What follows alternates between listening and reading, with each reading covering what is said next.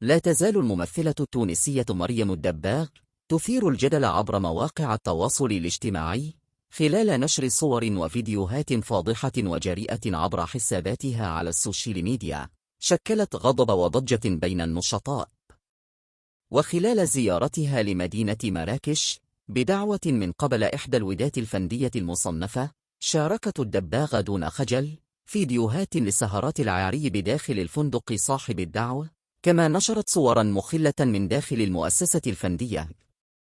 ومن بين التوثيقات المنشورة على انستغرام مريم الدباغ سهرة لفتيات عاريات بالسترينج يرقصن بشكل جماعي، بالإضافة إلى فيديو من داخل الملهى الليلي للفندق وبه فتيات يرقصن على عمود بطريقة مثيرة وباحاءات جنسيا.